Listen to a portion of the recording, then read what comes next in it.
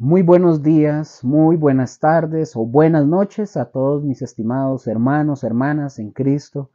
Les habla su hermano Luis Luker. Estamos aquí, gracias al Señor, ¿verdad? Nuevamente. Estamos iniciando en esta oportunidad un curso nuevo, un bimestre nuevo, ¿verdad? En esta oportunidad, gracias al Señor, ¿verdad? Vamos a continuar con lo que es el curso de hermenéutica. En este caso, ¿verdad? En esta oportunidad vamos a ver lo que es hermenéutica 2. Ya en el bimestre anterior habíamos visto la primera parte que era hermenéutica 1 y vimos muchas cosas muy, pero muy importantes que son esenciales, son vitales para todos y cada uno de los que decimos ser creyentes en Jesucristo, que decimos creer en la Biblia, confiar en la palabra de Dios, que decimos depender de Él. Bueno, estamos en la segunda parte, ahorita, en hermenéutica 2. Vamos a aprender más cosas con respecto a esta materia. Les había dicho que esta materia es una materia técnica y mi consejo, mi recomendación es que todos aquellos que están llevando este curso, que están aprendiendo, mi sugerencia, ¿verdad? Para todo creyente es mínimo llevar esta materia, volver a retomarla por lo menos una vez cada año, porque esta materia es muy importante y hay cosas que se olvidan, hay muchas cosas que se nos pueden olvidar y que son vitales a la hora de que nosotros vayamos a aplicar la verdad cuando estamos haciendo estudios de la Biblia, cuando estamos haciendo estudios para sermones, para prédicas, para lo que sea. Entonces, es importante, ¿verdad? Que mínimo seamos gente de verdad congruente en ese sentido, hambrienta, con sed de conocer más del Señor, de que Él nos alimente, nos enseñe y nos instruya, para también nosotros poder aplicarla de la mejor manera, ¿verdad? O lo más rectamente posible. Porque en el momento que el ser humano entra en esta parte, el factor del error es casi que instantáneo. Entonces, lo importante es que estudiemos, no lo olvidemos, hay que estarla estudiando, hay que estarla revisando constantemente para que no se nos olviden varias cosas. Bueno, como les dije, estamos en hermenéutica 2 y en este tema vamos a iniciar con el tema de hermenéutica 2, el primero. Vamos a continuar obviamente con lo que habíamos quedado. En esta oportunidad, el título de esta lección se llama El método gramático histórico. El método gramático histórico. Ese es el título o lo que vamos a ir aprendiendo. Vamos a retomar, antes de ver todo esto, vamos a retomar nada más para hacer como el recuerdo, ¿verdad? De lo que habíamos visto y refresquemos un poquito qué habíamos visto. Bueno, voy a hacer un resumen para recordar dónde habíamos quedado. Y dentro de eso que habíamos quedado, lo que habíamos visto, vimos que la hermenéutica se divide en tres partes. Esto lo voy a repetir para que puedan anotarlo y lo puedan tener ahí en sus anotaciones. Vimos que la hermenéutica se divide en tres partes. Ya se las voy indicando como número uno de esas tres partes. Número uno es la observación. Número dos, la interpretación. Y número tres, la aplicación. Vimos que, repito, que la hermenéutica se divide en tres partes, las que acabo de mencionar. Observación, en ese orden, observación, interpretación y aplicación. Entonces, como dije, nos habíamos quedado en el bimestre pasado, cuando terminamos el curso, quedamos en la interpretación, que era la primera regla de interpretación. No sé si ustedes recordarán cuál era la primera regla de interpretación, que es importantísimo recordarnos cuál es la regla número uno a la hora de que nosotros vamos a interpretar la escritura. Entonces, tal vez algunos no recordarán, algunos sí lo tendrán ahí en la memoria, otros lo manejan al dedillo. Recordemos que la primera regla, la más fundamental que nosotros tenemos a la hora de interpretar la palabra, o la primera regla de interpretación, se llama la analogía de la fe. Así se llama. La analogía de la fe. Ahora, Luker, para aquellos que tal vez nos escuchen por primera vez. Luker, ¿qué significa la analogía de la fe? simple. Bueno, es la primera regla y repito, es la más importante de que la Biblia se interpreta por la misma Biblia. Y recordemos que nos quedamos viendo 5 puntos que debemos de considerar para aplicar esta primera regla de la analogía de la fe. Repito, la analogía de la fe, ¿qué es? Simple y sencillamente que la Biblia se interpreta por la misma Biblia, ¿verdad? Para que lo tengan ahí los que por primera vez lo están escuchando, que estén escuchando este concepto, ¿verdad? Por primera vez. La analogía de la fe es que la Biblia se interpreta por la misma Biblia. Esa es nuestra primera regla de fe, la analogía de la fe. Ahora, en primer punto que nosotros vimos fue que nosotros no podemos enseñar como doctrina, ojo con esto es fundamental, ¿verdad? En primer lugar, o en el primer punto que nosotros vimos fue que nosotros no podemos enseñar como doctrina basándonos en un solo texto bíblico. No podemos enseñar como doctrina basándonos en un solo texto o un versículo bíblico. Nosotros tenemos que revisar todo el panorama general que nosotros encontramos en la escritura acerca del punto que estamos estudiando, ¿verdad? Esto es muy importante porque tenemos que cuidar este tipo de cosas, porque si no lo hacemos, sería una mala interpretación. Como dije ya anteriormente en el bimestre pasado, en Hermenéutica 1, habíamos quedado con el primer punto. Y como dije, el primer punto era que no podíamos enseñar como doctrina basándonos en un texto bíblico. Vamos con el punto número 2 para continuar. Punto número 2, para que lo anoten, yo se los voy a repetir. No debemos aislar versículos sacándolos del contexto inmediato o del contexto general de la Biblia. Repito, no debemos aislar versículos sacándolos del contexto inmediato o del contexto general de la Biblia. Vamos a ver un ejemplo. Y vamos a ver un ejemplo en Marcos 16, capítulo 16 de Marcos, en su versículo 16. Y vamos a ver, ojo, vamos a ver cómo se puede sacar un versículo o aislarlo del contexto inmediato y del contexto general de la Biblia. Vamos a ver cómo es que llegan a hacer esto.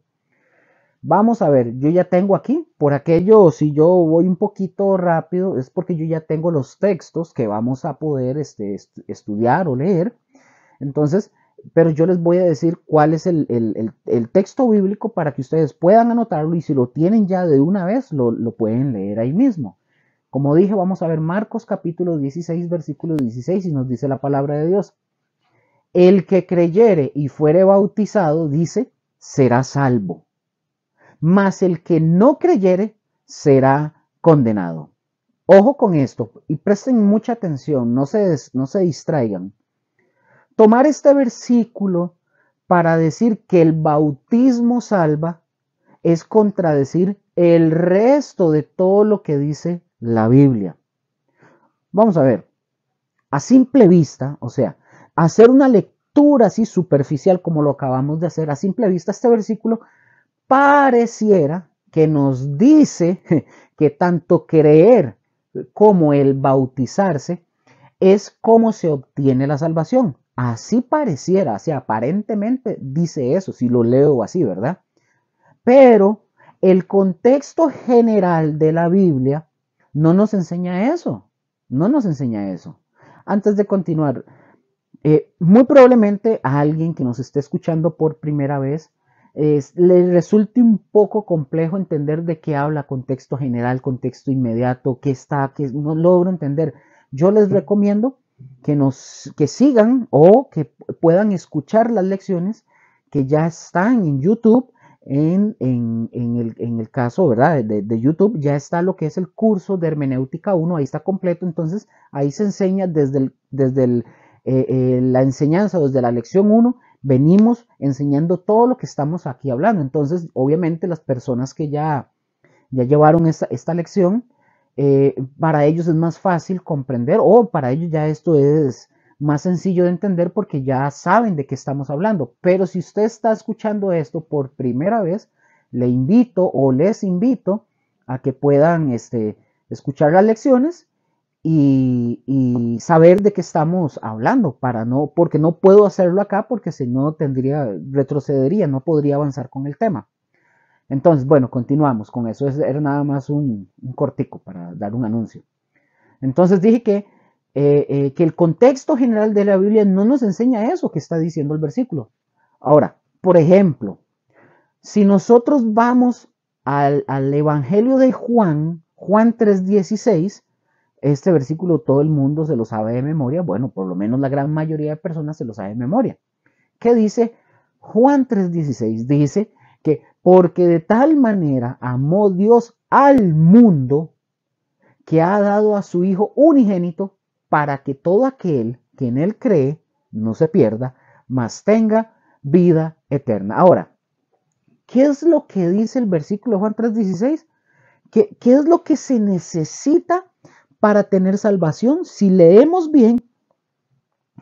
nosotros leemos bien, dice, porque de tal manera amó Dios al mundo que ha dado a su Hijo unigénito para que todo aquel que en él cree, dice, no se pierda, mas tenga vida eterna.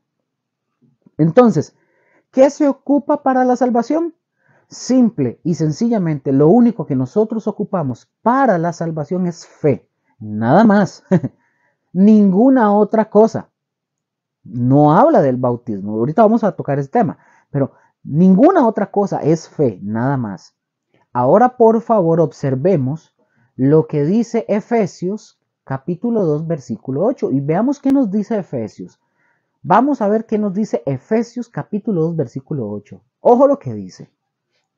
Porque por gracia sois salvos, por medio de la fe. Ojo, y esto no de vosotros, pues es don, es un regalo de Dios, no por obras, para que nadie se gloríe.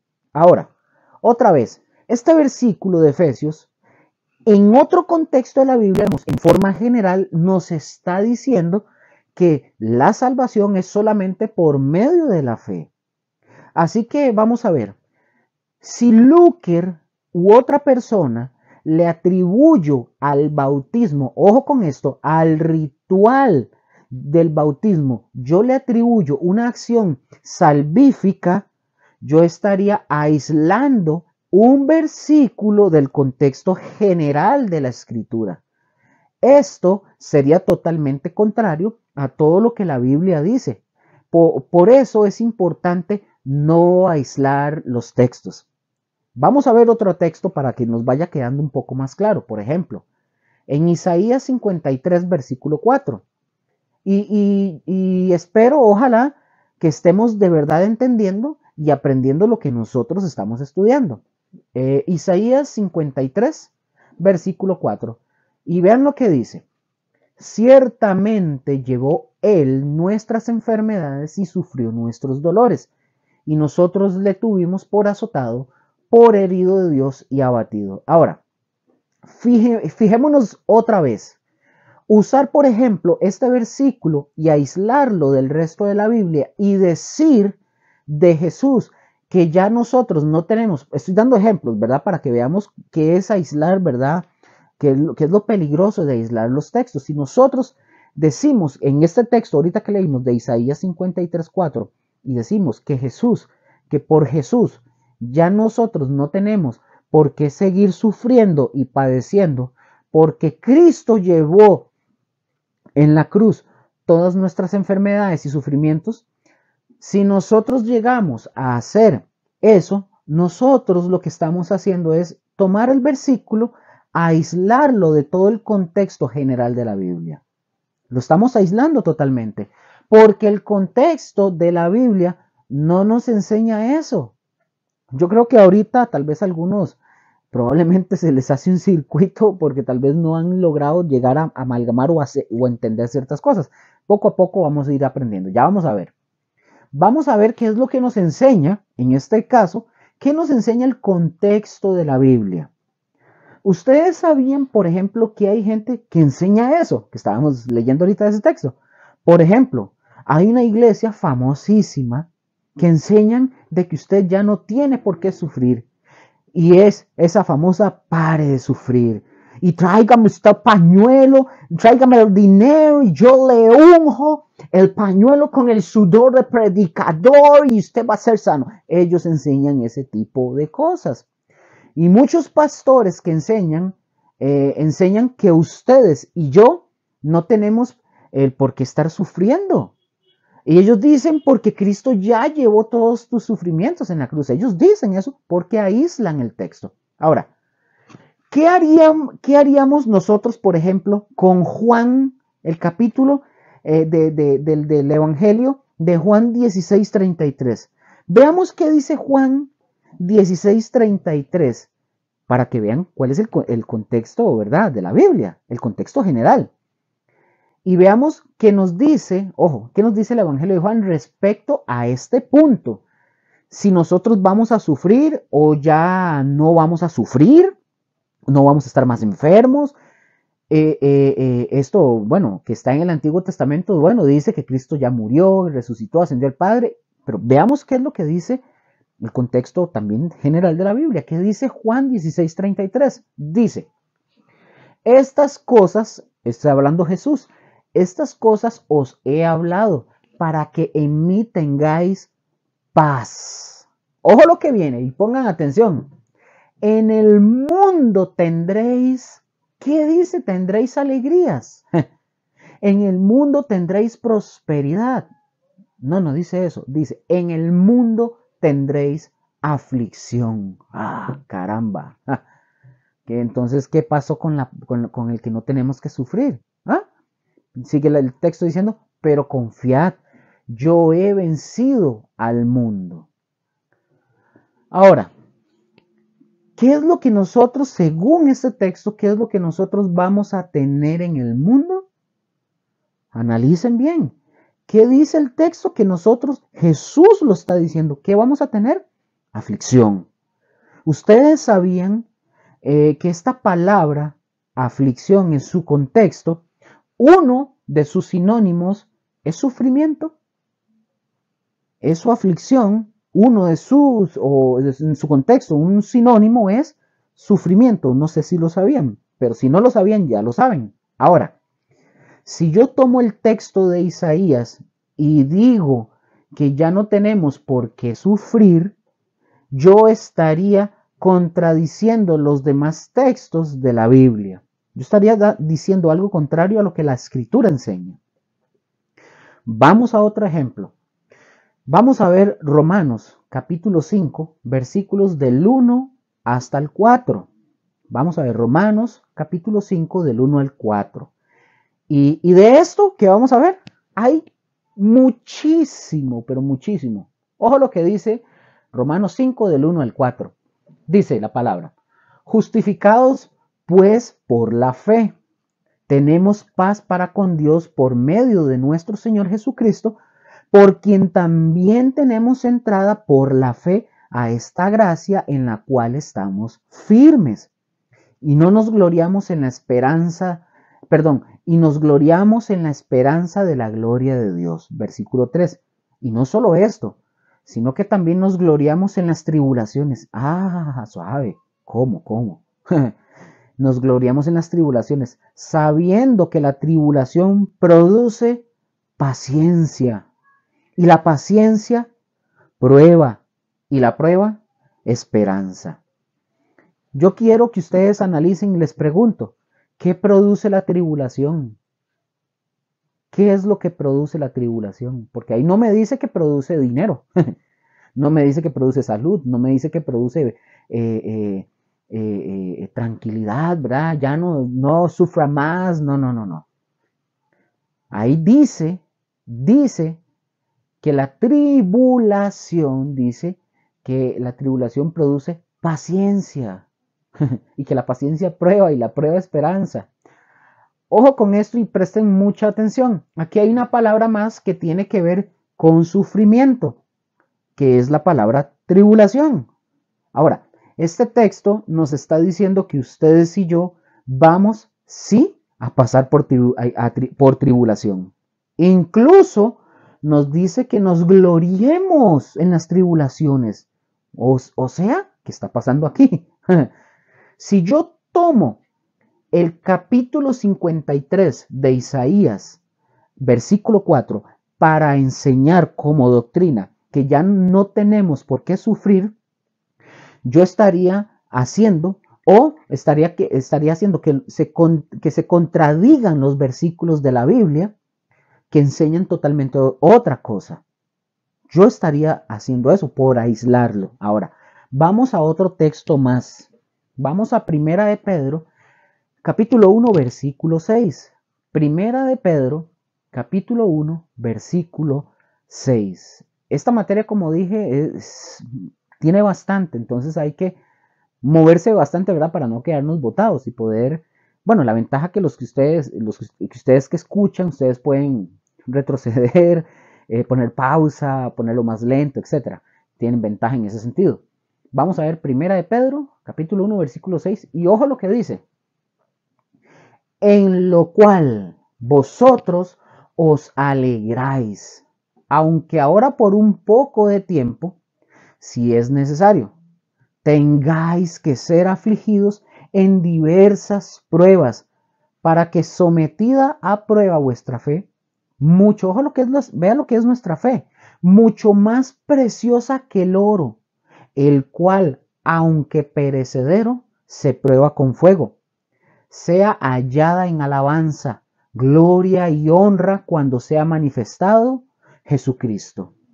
Cuando dice la palabra, por ejemplo, ahí en el versículo 6 dice, en lo cual se está refiriendo a la salvación. Cuando dice en lo cual está haciendo mención o referencia a la salvación. Este texto lo que nos está diciendo es que ustedes y yo sí vamos a pasar por sufrimientos, vamos a pasar por aflicciones, vamos a pasar por pruebas, vamos a pasar circunstancias difíciles. Y no que se nos diga o nos digan que ya no tenemos el por qué sufrir más. No, no. La Biblia nos está enseñando más bien a cómo sacarle provecho a los sufrimientos y ya eso es diferente. Pero no que no vamos a sufrir. La Biblia dice lo contrario. Porque si no, nos desalentaríamos. Imagínense. Ok. Eso pasaría, nos desalentaríamos y si no hubiera una esperanza, no hubiera algo, imagínense, estaríamos todos hechos unos estropajos ahí en el suelo. Bueno, vamos a continuar. Seguimos viendo el punto que no se debe de aislar versículos sacándolos del contexto inmediato o del contexto general de la Biblia. Por último, quiero que veamos el siguiente versículo porque aquí hay un error gigantesco, abismal, ¿verdad? Está en el libro de los Hechos, capítulo 13, versículo 48. Generalmente usamos los versículos o los textos más comunes donde, vamos a ver, donde más errores se cometen y se interpretan mal. Entonces, vamos a ver Hechos, capítulo 13, versículo 48. Se los leo. Dice, los gentiles, oyendo esto, se regocijaban y glorificaban la palabra del Señor y creyeron todos los que estaban ordenados para vida eterna. Presten atención con ese texto porque es bastante interesante. Ojo, a simple vista, ustedes van tal vez a notarlo, pero a simple vista, ¿qué podrían entender ustedes en ese versículo? Porque ahí hay una palabra que hay que tener muchísimo cuidado. Porque hay personas, hay algunos que toman este versículo, lo usan y lo aíslan. Y no solo este, sino muchísimos más, para enseñar que la salvación de Cristo es solamente para algunos, para unos cuantos. Toman ese texto, lo aíslan y enseñan que la salvación es solo para algunos, unos cuantos. Y recordemos, la salvación es incondicionalmente, no condicionalmente. La salvación es incondicional. Presten atención, algunos enseñan que es Dios quien determina quién se salva y quién no se salva. porque utilizan mal versículos como ese. Y eso es justamente aislarlo del contexto. Ahora, este texto, gente, para que pongan atención, este texto no es teológico. Este texto hace referencia a algo histórico que aconteció, porque está hablando de la difusión del Evangelio desde el versículo 1 del capítulo 13, obviamente, ¿verdad? De Hechos. Este está hablando de la salvación, de cómo se lleva el mensaje del Evangelio a los gentiles. Ahora, y Pablo, como judío obviamente de Israel, él dice, ojo lo que dice, él dice que fueron llamados para que los israelitas fueran luz para el mundo, o sea, para los gentiles, para predicar el evangelio a los gentiles, a fin de cumplir la promesa de Dios de llevar la salvación hasta lo último de la tierra. Pongan atención, este versículo en su contexto destaca la iniciativa que Dios tomó de su obra de salvación para toda la humanidad. Ojo, ojo con esto. Y no solo para unos cuantos elegidos. De hecho, esto no está hablando para unos cuantos elegidos, o sea, gentiles. Está hablando para todos los que alcanzan la salvación de los gentiles. A eso se está refiriendo. Pero necesito, por favor, que ustedes observen y pongan mucha atención la expresión. Ojo lo que dice. Y creyeron todos los que estaban ordenados para vida eterna. No está separada del resto de la escritura. De manera que esto, ¿qué significa? Que haber creído en la palabra de la promesa, los gentiles que creyeron ahora tienen vida eterna. No por ellos, no por sus obras, sino por la gracia de Dios. Pero no es por una elección que solamente Dios la condiciona a ellos. Vamos a ver, por ejemplo, vamos a ver qué enseña la Biblia, porque si contradiríamos porque si podríamos, más bien podríamos decir o contradecir lo demás que dice la Biblia. Acá lo que se está refiriendo es que los gentiles tuvieron el privilegio de parte de Dios, por iniciativa de Dios, de recibir la salvación igual que los judíos, o sea, por gracia, por fe. Espero haberme dado a entender en este sentido. Vamos a ver Mateo 11. Mateo 11, hay bastantes versículos. Mateo 11, 28. Vamos a tratar de ir rápido con esto. Mateo 11, versículo 28 dice, venid a mí todos los que estáis trabajados y cargados, y yo os haré descansar. Ahora, este es un mensaje de salvación de Cristo, y Él está diciendo que vengan a mí. Pregunto, ¿cuántos? No dice unos cuantos, dice, vengan a mí, venid a mí todos.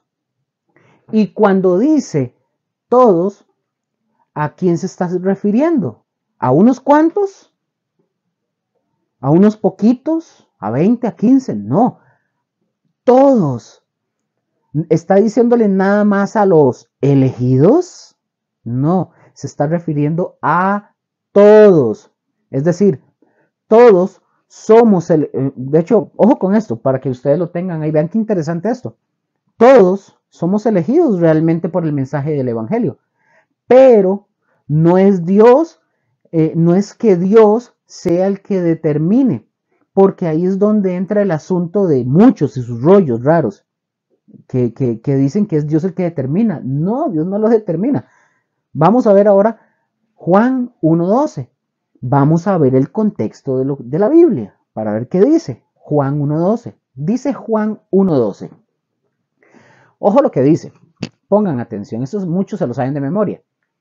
Mas a todos los que le recibieron, a los que creen en su nombre, les dio potestad de ser hechos hijos de Dios. Ahora, pregunto, ¿a quién se refiere con todos, cuando dice más a todos, ¿quiénes son esos todos? Yo pregunto, ¿son unos cuantos? Son, como dije, son 100, 1.000.000, 3.000.000, 10, 12, no sé cuántos. Dice que a todos. ¿Nada más a unos cuantos? No, dice que más a todos. Si ustedes pueden ver o leer el versículo anterior, dice, a lo suyo vino, es decir, él vino al mundo.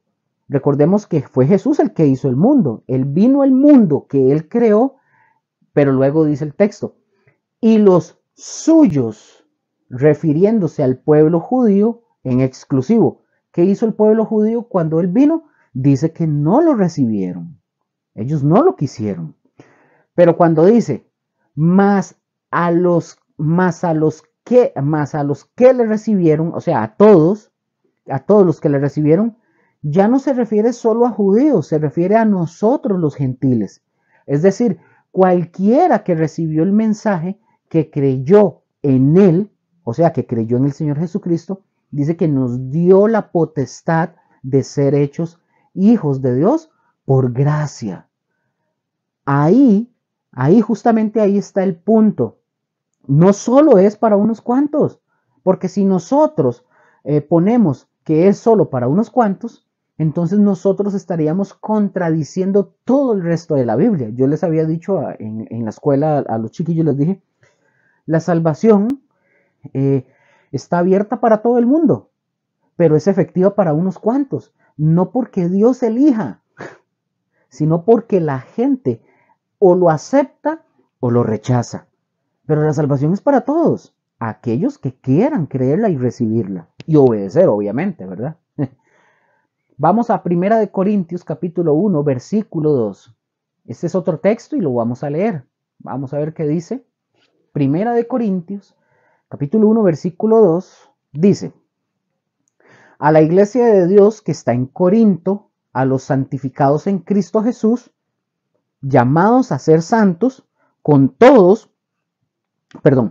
llamados a ser santos con todos los que en cualquier lugar invocan el nombre de nuestro Señor Jesucristo, Señor de ellos y nuestro. Pregunto, ¿a quién se refiere cuando dice con todos los que en cualquier lugar invocan el nombre de nuestro Señor Jesucristo? Ahí está la respuesta. A cualquiera, en cualquier parte del mundo que crea el mensaje del Señor Jesucristo. Él, por su fe, ¿qué obtiene? Obtiene la salvación. Es decir, no es para unos cuantos. Cualquiera, tenemos la oportunidad. Cualquiera. Y recordemos, no aislemos un versículo del contexto inmediato o del contexto general. Voy a enseñarles algo que a lo mejor yo creo que ya lo han escuchado, pero que sí es necesario y es importante que se los enseñe, porque esto entra dentro de este punto, de aislar un versículo, de no aislarlo. En un mismo pasaje, que vamos a ver, vamos a buscar en Mateo 18, en este mismo capítulo, vamos a encontrar 3 interpretaciones erróneas que se han dado a lo largo, ¿verdad?, del cristianismo. Se han dado porque se aísla un versículo del contexto inmediato y del contexto general de la Biblia. El primero que vamos a analizar está en Mateo capítulo 18, versículo 18. Dice de esta forma, esto ya muchos se lo saben, pero para los que lo escuchan por primera vez, tal vez no lo saben. Mateo 18, 18 dice, de cierto os digo, que todo lo que atéis en la tierra será atado en el cielo, y todo lo que desatéis en la tierra será desatado en el cielo. Ok, muchos, incluso pastores, ¿verdad? Que yo no sé cómo hacen, si se supone que tienen que saber, lo hacen adrede, ¿verdad? Para torcer adrede las escrituras. Y creyentes que por no conocer, no tener un estudio serio de la palabra, no entienden nada de esto y sacan lo primero que encuentran. Y así lo reproducen sin haber estudiado. De aquí sacan la famosísima doctrina de atar y de desatar. En el caso de atar, es de atar demonios, y en el caso de desatar, de traer liberación, bendición, y etcétera, etcétera. Yo pregunto, de acuerdo a este versículo y a esta doctrina de atar y desatar, o de atar demonios y todo eso, aquí en este versículo, nos está mandando Cristo a atar demonios. Analícenlo ahí donde están. Cristo nos está mandando a que tenemos que atar demonios o desatar bendiciones. Bueno, porque ¿qué dice todo lo que atéis? Está hablando de eso. No, no está hablando de eso. ¿Por qué decimos que no? ¿Por qué? Si usted ahí en su casa, en donde esté, usted dice que no está hablando de atar demonios, usted tiene que saber por qué está diciendo que no habla de eso. Porque si yo estuviera al frente suyo, o de cualquiera de ustedes, yo les voy a decir, explíqueme, si ustedes dijeron que no, deme una explicación, yo quiero saber por qué no está hablando de atar demonios. Simple y sencillo. Aquí ya se lo respondo, obviamente tenía que responderlo. Porque el contexto está hablando en forma directa de la disciplina que se debe aplicar dentro de la iglesia. Del versículo 15 de Mateo 18 en adelante, ustedes se van a poder dar cuenta que está hablando de disciplina que se debe de aplicar dentro de una iglesia. Es decir, si uno peca, si hay alguien que peca contra ustedes o contra mí, dice la palabra, ve tú y él a solas y repréndele. Y si el que te ofendió se arrepiente, dice la palabra, pues has ganado un hermano. Y sigue. Pero si no te hace caso, ve con 2 o 3 testigos y repréndele. Y si con 2 o 3 testigos no te hace caso, ¿qué dice? Vaya y dígalo a toda la iglesia. Pero ojo con esto, si ya de plano el hombre o la mujer esta, ofensor, no hace caso a toda la iglesia, dice la palabra, ténganlo por gentil y publicano. Eso significa, ténganlo como un no cristiano. Entonces, también, ¿qué quiere decir esto? Expúlsenlo de la congregación, porque ya no se puede congregar en la iglesia. Por eso muchas veces hay personas, oiga, y esto da pena, pero tienen que hacerlo por un orden de Dios. Tener que decirle a una persona, mijo, mija, hermanito, hermanita, no te puedes congregar aquí más hasta que usted no arregle esta situación suya. Eso es atar y desatar, es decir, que se está refiriendo que lo apliquemos a una disciplina correcta dentro de la iglesia, ante alguien o una persona que ha pecado y que busca la reconciliación con la iglesia. De eso se trata. Ahora, ¿cuándo se ata? Se ata cuando la persona no se arrepiente. Solito se ata, de hecho, ni siquiera, ojo, esto no es literal, no es que yo lo agarro con una cadena, una cuerda y lo amarro, ¿verdad? Tampoco, ¿verdad? Pero esa es la forma, se ata cuando la persona no se arrepiente, y solito. ¿Y por qué es que se ata? Porque ustedes o yo ya no lo vamos a recibir. Les voy a poner un ejemplo para que lo puedan entender mejor de cómo se aplica esto. Hubo un estudiante donde yo estudié, bueno, todavía sigo estudiando de todo esto. Hubo un estudiante que cursó la escuela, pues por decirlo así, la escuela bíblica. Era un chaval impresionante, hacía unos trabajos increíbles, impresionante era. Pero, sin embargo, aunque hacía muy buenos trabajos y muy impresionantes, cuando terminaron, hubo un momento en que este hombre que estamos hablando, con otra hermanita de la iglesia, que también estudiaba ahí en la escuela bíblica, esta mujer era viuda. Y el hombre que era muy carga, ¿verdad? Él era casado. Resulta que llegó el momento en que el pastor que enseñaba, que estaba dando las clases, se enteró o se dio cuenta que este hombre, había dejado a su esposa y a su familia para unirse con esta hermanita. Ojo con esto. Y estos dos hermanitos, ¿verdad? Se fueron a vivir juntos. Y no lo crean, no fueron felices. Entonces, un día el pastor le dice a su secretaria, le dice, mira, ¿tenés el teléfono del hermano fulanito de tal? Y la secretaria le dice, sí, yo lo tengo. Le dice el pastor, haceme un favor, necesito que lo llames. Entonces, ¿qué era lo que el pastor iba a hacer? Iba a aplicar lo que dice la Biblia. El pastor le dice, y quiero que le digas que antes que él, el pastor le dijo a la secretaria, quiero que le digas que antes que llegue a la clase, dígale que por favor vaya y me busque a la oficina. Este hombre como que ya sabía, ¿verdad? Se la imaginaba, se la esperaba, de que iban a tratar ese asunto con él.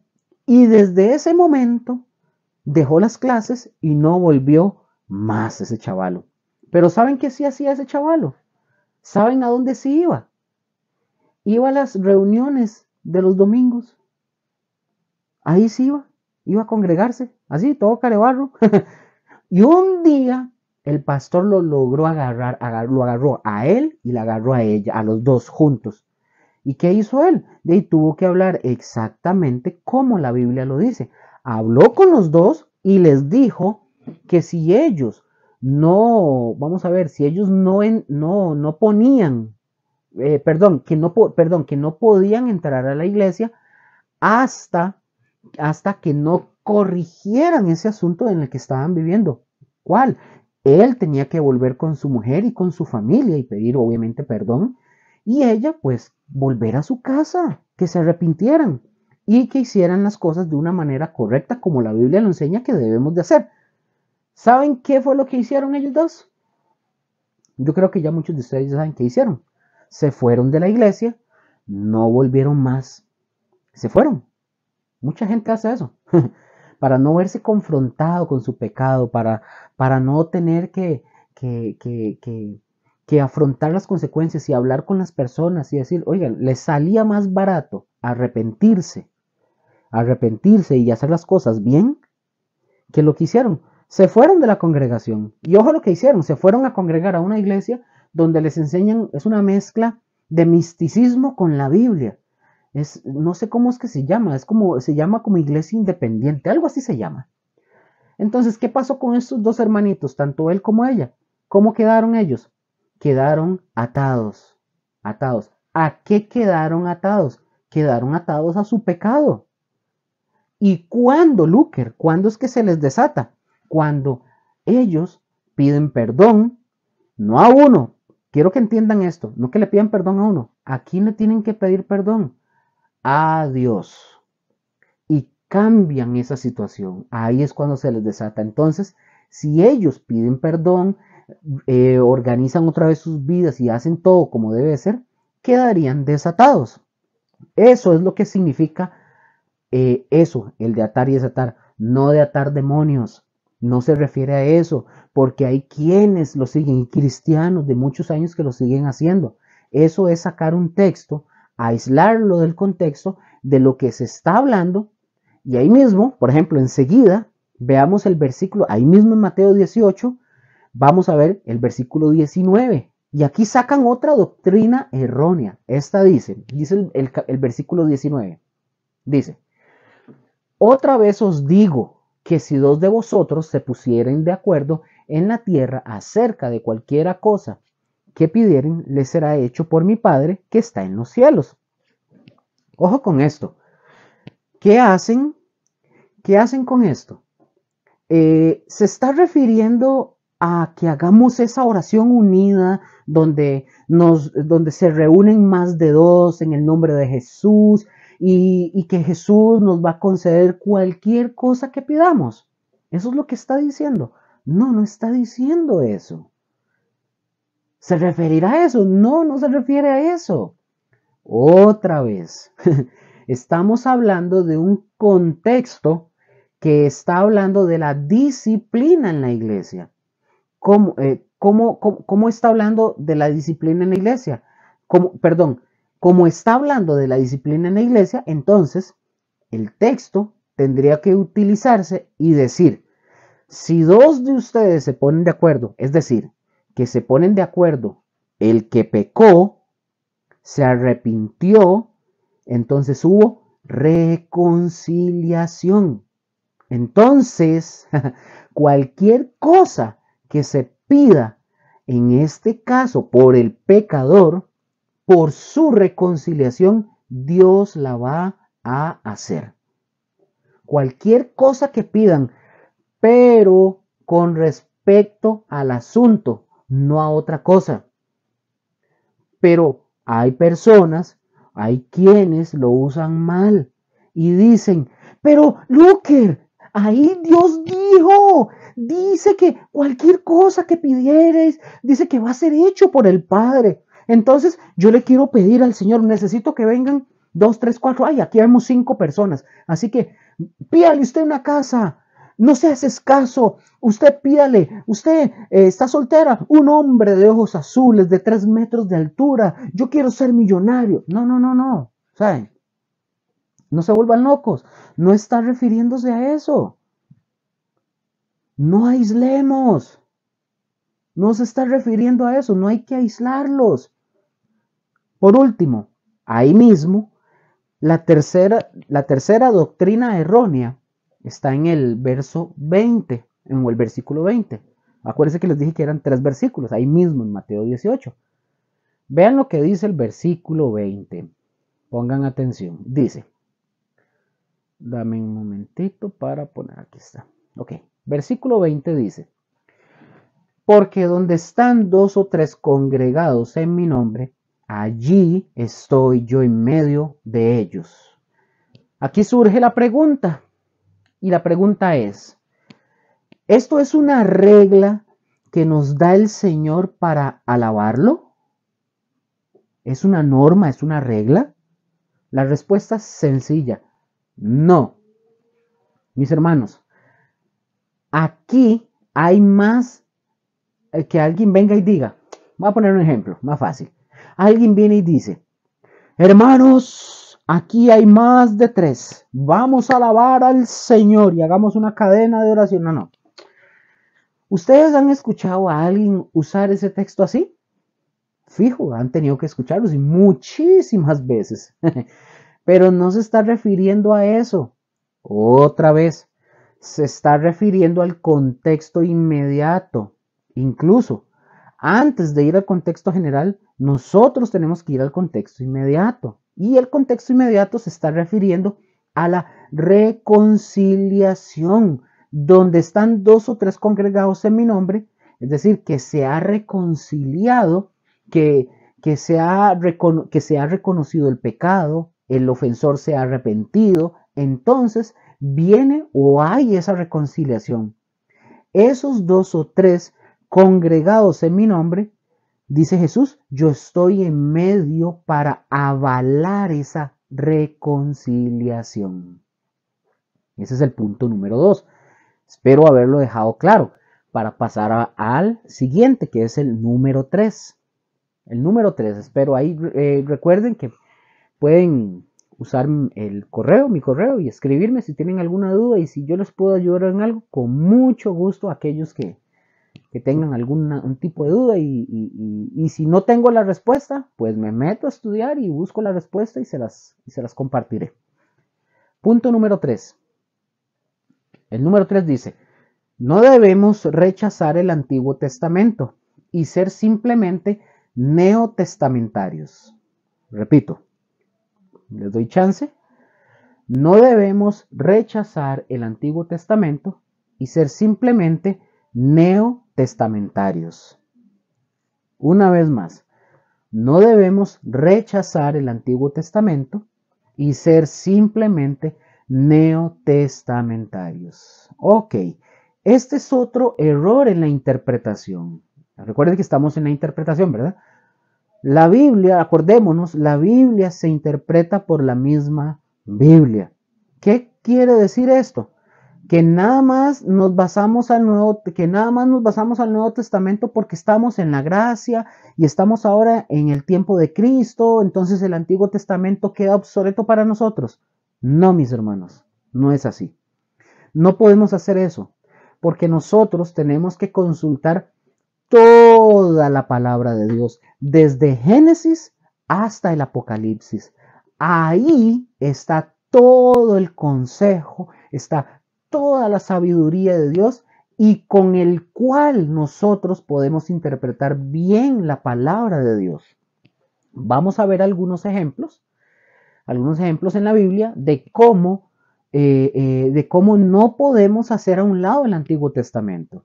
Vamos a ver. Los que escribieron el Antiguo Testamento nos lo dicen ellos mismos.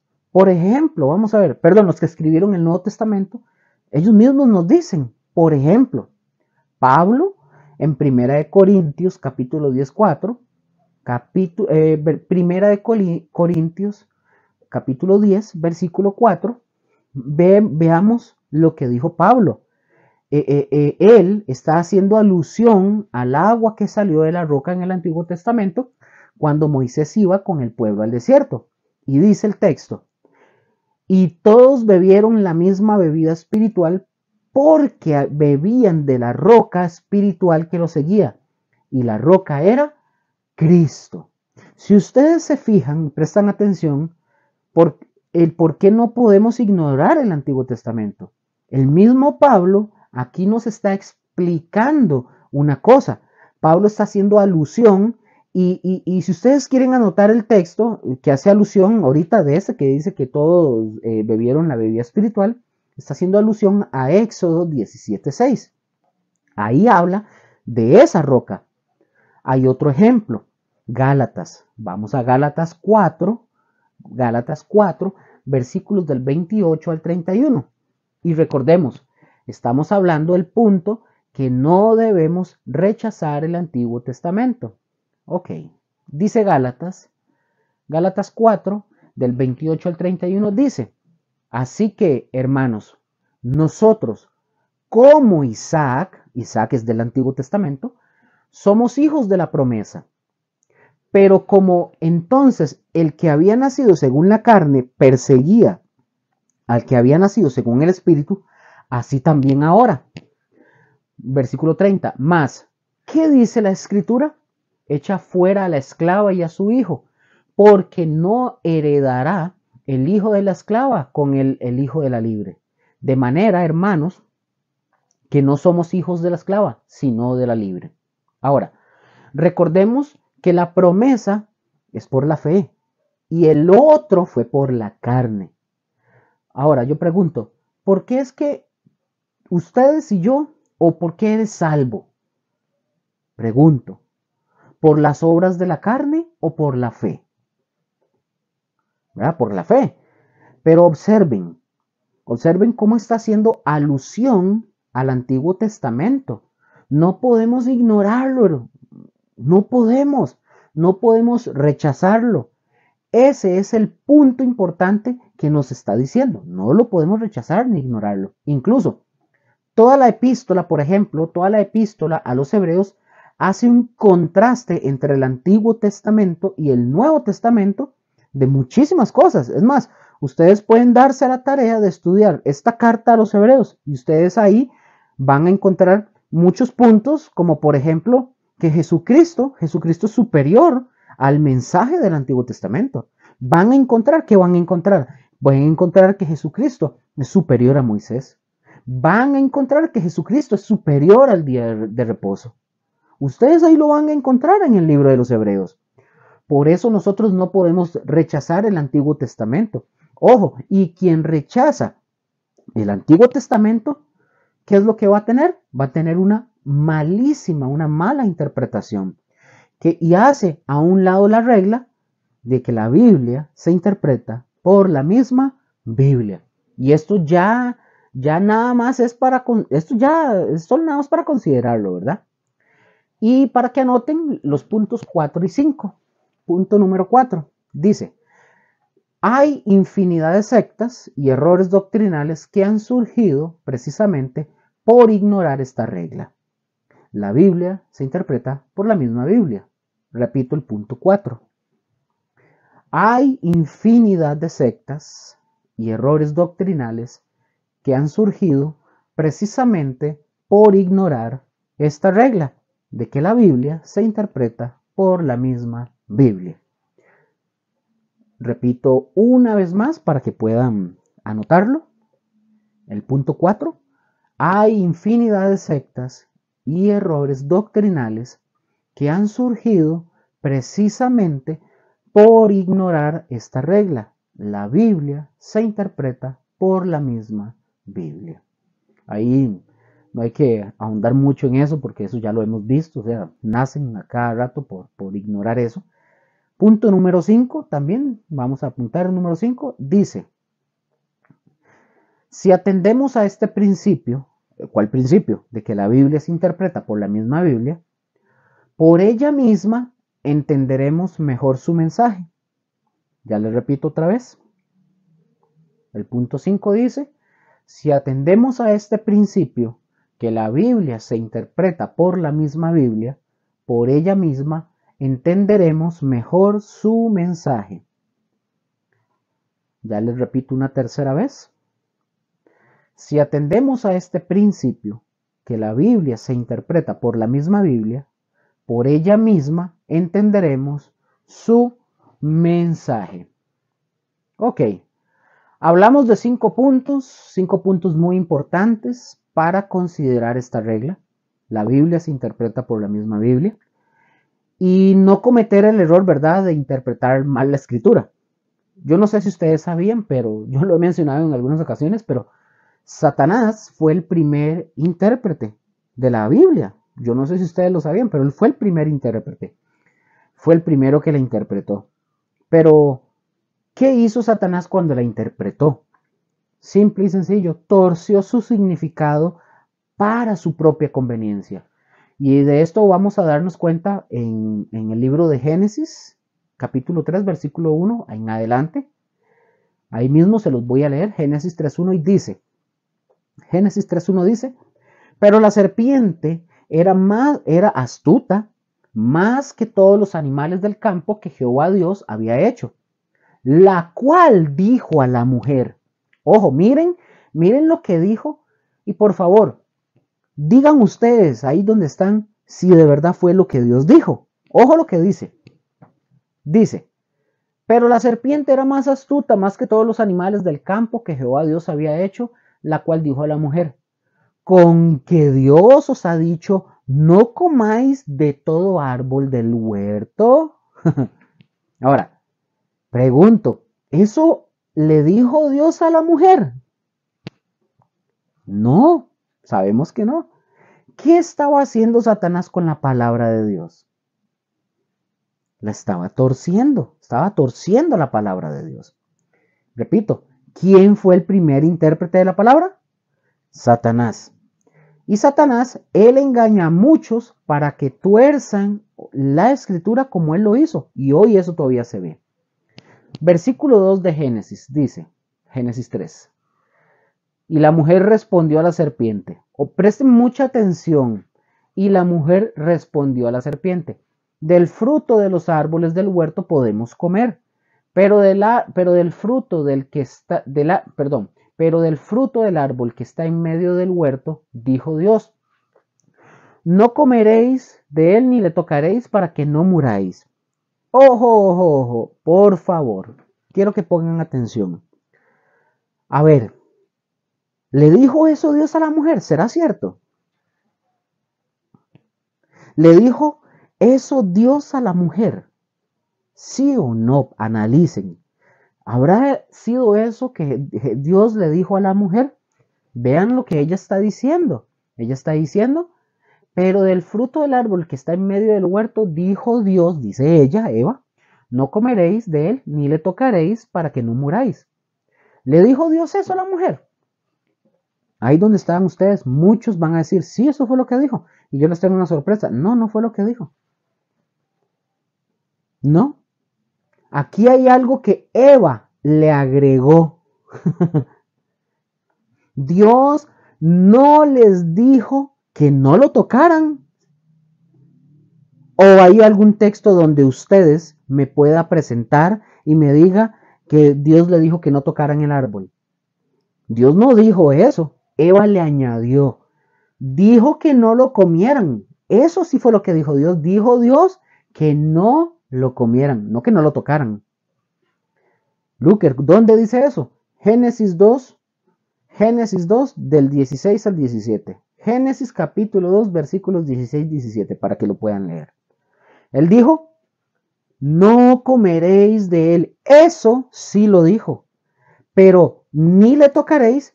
¿Qué está pasando en esta escena? Que Satanás había causado una duda y en esa duda Eva le agregó. Y recordemos algo, que eso es una mala interpretación. Cuando ya le agregamos a la palabra de Dios, ya estamos haciendo lo que la Biblia misma dice. No le agregues ni le quites. Eso está clarísimo. Entonces, tenemos que tener muchísimo cuidado. Recordemos, Satanás es un primer mal intérprete y si nos dejamos engañar por él, vamos a torcer la escritura. Por eso es importante este estudio de la hermenéutica, porque nos ayuda a estudiar bien, es más, a sacarle buen filo a la espada, a interpretar bien la escritura como debe de ser interpretada. Ahora, ¿cuál es la regla fundamental? ¿Cuál es esa regla fundamental? La Biblia se interpreta por la misma Biblia. No se nos olvide, la Biblia se interpreta por la misma Biblia. Vamos a ver algún punto. Vamos a ver, algún punto. La Biblia tiene la respuesta en lo general de toda la escritura. Ahora, vamos a dejar de lado esta ya. Ahora vamos a entrar en el segundo método de interpretación. Ya vimos la primera regla.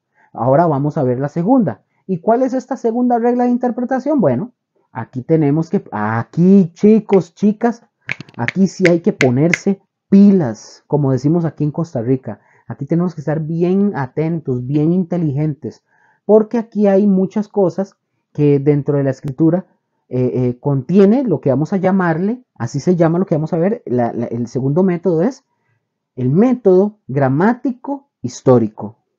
Eso lo pueden poner como un título también. El método gramático histórico. El método gramático histórico.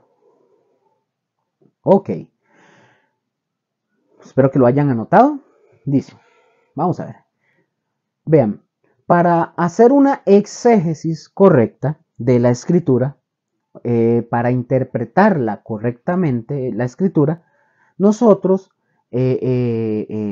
tenemos que encontrar cuando la estudiamos el significado de un texto, es decir, sobre la base de sus palabras que nos está expresando. Vamos a ver, es decir, la Biblia nos expresa palabras dentro de un marco gramático histórico. Y sobre la base de las palabras que nos expresa dentro del contexto histórico en el que fueron escritas, vamos a ver, por ejemplo, nosotros sabemos que la Biblia fue escrita bajo el contexto cultural del pueblo judío. Eso lo sabemos todos. De tal manera que tenemos que tomar en cuenta su cultura, que es totalmente diferente a la de nosotros, que tienen expresiones propias, o sea, que ellos tuvieron en ese momento con sus expresiones propias, con costumbres que tuvieron los judíos. Bueno, incluso también vamos a encontrar que en ocasiones vamos a encontrar costumbres griegas de acuerdo a la época.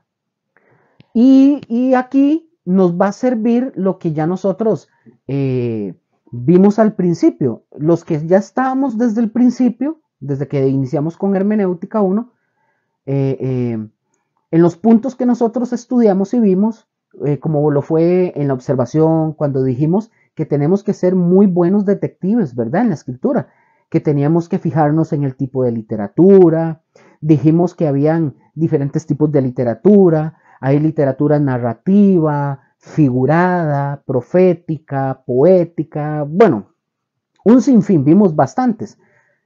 Se tiene que considerar todo eso, porque si no, vamos a hacer una mala interpretación. Y dentro de esta segunda regla vamos a empezar con un punto y anótenlo de esta forma o de esta manera, le van a poner de esta forma como punto A. Punto A y le ponen ahí como un subtítulo. El punto A dentro de esta vamos a verlo en puntos. Y el punto A es el análisis lingüístico del texto. Punto A es el análisis lingüístico del texto. Punto A. El análisis lingüístico del texto. Ay, Looker. No, hombre, Looker, ¿usted está molestando? Para poder interpretar la Biblia ocupamos todo esto. Sí, mis hermanos. Todo eso se ocupa. Dentro de este análisis lingüístico del texto, nosotros vamos a comenzar ahora con el número 1 del análisis lingüístico del texto que tenemos que hacer con el texto que estamos estudiando. A este punto que corresponde al punto A, van a sacar un subpunto, por así decirlo, del punto A, que le van a poner el punto A1. Punto A1. Y ese se llama como un subpunto del análisis lingüístico, es punto A1. El valor y el significado de una palabra no depende, voy a repetirlo porque esto sí es muy delicado. Punto A1, el valor y el significado de una palabra no dependen de la palabra en sí, sino de su relación con las restantes palabras del contexto. Ya les repito para que lo puedan anotar bien, porque este punto es muy importante. Punto A1 es el valor y el significado de una palabra no dependen de la palabra en sí, sino de su relación con las restantes palabras del contexto. Ok, vamos a avanzar. Recuerden que anteriormente nosotros vimos que en la observación en detalle, nosotros vimos las claves gramaticales. No sé si se acuerdan los que ya estuvieron al principio. Bueno, aquí es bien importante observarlas, pero ahora más en la interpretación, encontrar el significado de esas claves gramaticales para que me puedan entender mejor este punto, ¿verdad? Obviamente. El valor y el significado de una palabra no dependen de la palabra en sí, sino depende de su relación con las restantes palabras que rodean el contexto. Probablemente se les haga un colocho, se los voy a ir explicando. Por ejemplo, nosotros vamos a pensar en nosotros, los ticos, los costarricenses, por ejemplo. La palabra planta. La palabra planta depende del contexto. ¿A qué se refiere Looker? Bueno, podríamos decir, ¿planta de qué? ¿Planta de los pies? Puede ser. ¿O qué otro tipo de planta usamos esa palabra? Planta. Bueno, la planta de tu casa, la planta de la casa, la segunda planta. O una planta de luz, me refiero donde hay una corriente eléctrica. O la planta de un trabajo. O sea, esa palabra planta, como dije, depende del contexto. Ahora, esa palabra, repito, su significado depende del contexto. Si nosotros estamos hablando del cuerpo humano, es sobre la planta del pie. Pero si estamos hablando de un trabajo o de una empresa, es la planta empresarial. Si hablamos de de la planta de una empresa, si hablamos, vamos a ver, porque se nos fue la luz, bueno, puede ser que estemos hablando porque ocupamos una planta eléctrica para que haya luz. O si a alguien le gustan las matas, están hablando de plantas, de vegetales, etc. Entonces depende del contexto. Hagamos de cuenta lo mismo. Por ejemplo, nosotros vimos algunos detalles en la Biblia con la palabra carne, ustedes recordarán. Y vamos a verlo, por ejemplo, en el hebreo. Y dijimos que esta palabra carne en su original es la palabra basar, con S, ¿verdad? La referencia es 13:20. esta palabra hebrea que aparece en la esta es la palabra hebrea que aparece en la Biblia traduciendo carne. Ya esto lo habíamos visto, este ejemplo lo habíamos visto, pero no importa. Aquí ya lo estamos interpretando. Vamos a buscar Jeremías 32:27 y voy a ir un poco más rápido porque ya vamos a finalizar. Jeremías 32:27 dice: He aquí, yo soy Jehová Dios de toda carne. ¿Habrá algo que sea difícil para mí? Dice el texto. Ahora, aquí aparece la palabra carne en el hebreo, escrita como basar, ¿verdad? En el original. ¿Qué significa, repito, basar? Vamos a ver, ¿qué significa basar aquí en ese texto de Jeremías? Si su significado y valor dependen de las palabras restantes. O sea, ¿qué me podrían decir ustedes de qué está hablando? Simple y sencillo, es fácil. Cuando la palabra dice Dios de toda carne, no está hablando de 1 kilo de carne. Aquí ya nosotros sabemos que esa palabra carne depende, su significado depende del contexto del restante de las palabras. Es decir, aquí está hablando del ser viviente, está hablando del hombre, a eso se refiere carne. Cuando habla Dios de toda carne, está diciendo es el Dios de toda humanidad. A eso se refiere, de todo ser viviente. Génesis 6:19. Vamos a ver este ejemplo. Dice Génesis 6:19.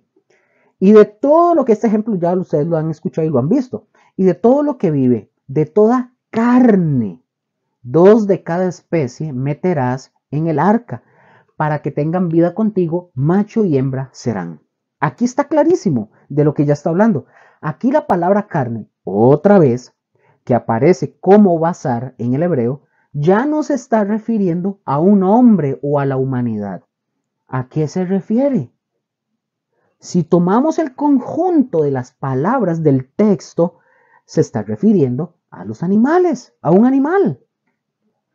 Es decir, el significado y valor de una palabra, y con esto termino, chicos, agradeciéndoles de antemano, el significado y el valor de una palabra depende del restante contexto de las palabras, es decir, del contexto que le rodea.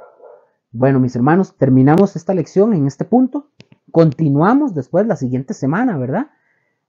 O en la siguiente lección, mejor dicho, para seguir aprendiendo todos juntos. Esto es impresionante, vamos a aprender mucho y vamos a que las vendas sean quitadas de nuestros ojos.